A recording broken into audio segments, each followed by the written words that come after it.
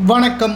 சற்று முன் கிடைக்கப்பெற்ற மிக மிக முக்கியமான செய்தி ஒன்று வெளியாகி உள்ளது. எடப்பாடி பழனிசாமி அவர்கள் சட்டப்பேரவையிலிருந்து வெளியேற உள்ளதாக அறிக்கை ஒன்றை வெளியிட்டுள்ளார். இரண்டாவது நாளாக இன்று சட்டப்பேரவை கூடியுள்ள நிலையில் முதலாவதாக நேரடியாக சபாநாயகர் அப்பாவு அவர்களது அறைக்கு சென்று ஓபிஎஸ் அவர்களது இருக்கையை மாற்ற வேண்டும், துணைத் தலைவர் இருக்கையில் அவர் அமர்ந்துள்ளார் என்றும், தற்பொழுது வரை அதிமுகவின் துணைத் தலைவராக ஆர்பி உதயகுமார் தான் பொறுப்பேற்றுள்ளார். ஆனால் அவருக்கு அந்த இருக்கையை ஒதுக்காமல் எதற்காக ஓபிஎஸ்ஸிற்கு ஒதுக்கியுள்ளீர்கள் என்று மீண்டும் பிரச்சனையை கிளப்பியுள்ளார்.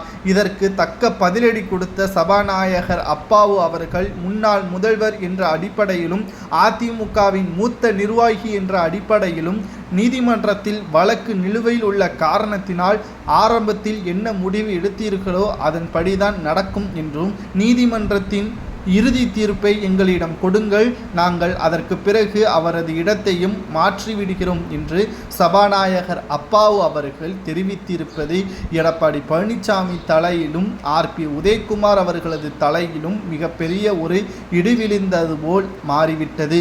உடனே சட்டப்பேரவையில் இருந்து வெளியேற உள்ளதாக தெரிவித்தார். ஆனால் இரண்டாவது நாள் மிக முக்கியமான நாளாக பார்க்கப்படக்கூடிய காரணத்தினால் வேறு வழியில்லாமல் இன்று ஓபிஎஸ்ஸிற்கு அருகாமையில் இருக்கக்கூடிய ஒரு சூழலும் எடப்பாடிக்கு ஏற்பட்டுள்ளது.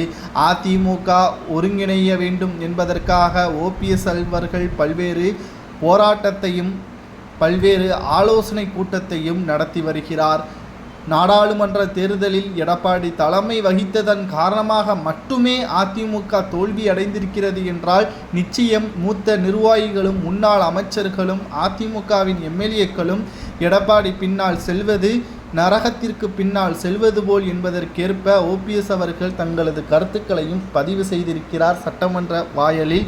தற்பொழுது சட்டப்பேரவையில் இரண்டாவது நாள் கூட்டத்தொடர் நடைபெறுகிற நிலையில் ஓபிஎஸ் அவர்களது இடத்தை மாற்ற வேண்டும் என்றும், எதிர்க்கட்சி துணைத் தலைவர் ஓபிஎஸ் அவர்கள் கிடையாது என்று கூறியதற்கு ஓபிஎஸ் தான் எதிர்க்கட்சி துணைத் தலைவர், நீதிமன்றத்தின் இறுதி தீர்ப்பை தாருங்கள் என்று சபாநாயகர் அப்பாவு அவர்கள் தெரிவித்ததால் ஆர்பி உதயகுமார் அவர்கள் அந்த பதவியில் இல்லை என்பது உறுதியாகிவிட்டது. இதனால் ஆர்பி உதயகுமார் அவர்கள் எதிர்க்கட்சி துணைத் தலைவர் கிடையாது என்பதையும் சபாநாயகர் நேரடியாக தெரிவித்துவிட்டதன் காரணமாக அதிமுக எதிர்க்கட்சி துணைத் தலைவர் ஓபிஎஸ் அவர்கள்தான் என்பது இதன் மூலமாக வெட்ட வெளிச்சத்திற்கு வந்துவிட்டது. இரட்டை இலை சின்னமும் ஓபிஎஸ் பயன்படுத்தலாம், அவருக்கு உரிமை உள்ளது என்பதையும் நீதிமன்றமும் தெரிவித்துவிட்டது.